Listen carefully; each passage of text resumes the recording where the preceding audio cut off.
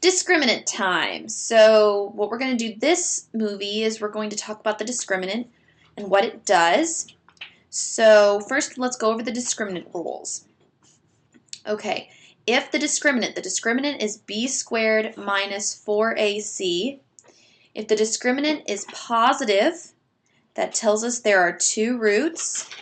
Okay, if it's positive and the two roots are if it's positive and the number that it is, whatever the discriminant is, if it is a perfect square, then you factor, okay?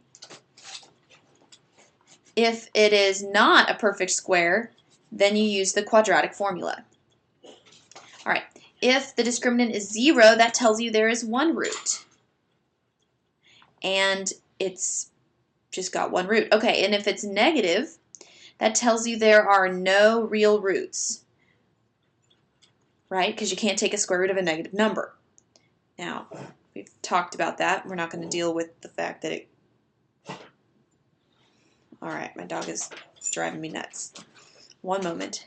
I apologize. She had lost her bone. Was trying to get it. Okay, so the discriminant is b squared minus 4ac. So b is 3, so I've got b squared, which is 9, minus 4 times negative 7. Remember a, b, and c. Okay, b squared is 9 minus 4 times negative 7. 4 times 4 is 16. So 9 plus, let's see, 28 times 4, 32, 8, 11, 120, 112. Okay, so that gives us 121, which is a perfect square, so this is factorable. Okay, right, the perfect square, this is the perfect square of 11. All right, so that is how we would know that. There's two roots, and it's factorable, so that would be your answer. Okay, the next one. This is not in standard form, and since it's not in standard form, we can't apply the discriminant yet, so let's get it into standard form first. So 2x squared minus 5x plus 8 equals 0. So now a is 2, b is negative 5, and c is 8. So we've got b squared minus 4ac, which gives us negative 5 squared minus 4 times 2 times 8, which is 25, minus 8 times 8 is 64, which is clearly a negative number. Okay, so this is negative,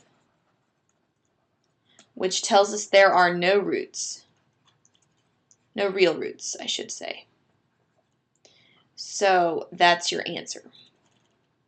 All right, and we'll wait until Algebra 2 to actually find out what the solutions are. All right, the last one we're going to look at is this one. We need to add 16 to both sides to get it into standard form. So we end up getting x squared plus 8x plus 16 equals 0. So b squared is 8 squared minus 4 times 1 times 16. 8 times 2 is 8 squared, I'm sorry. 8 squared is 64. Minus 64 is 0. So this tells us there is one real root. And there's our answer, and we're done.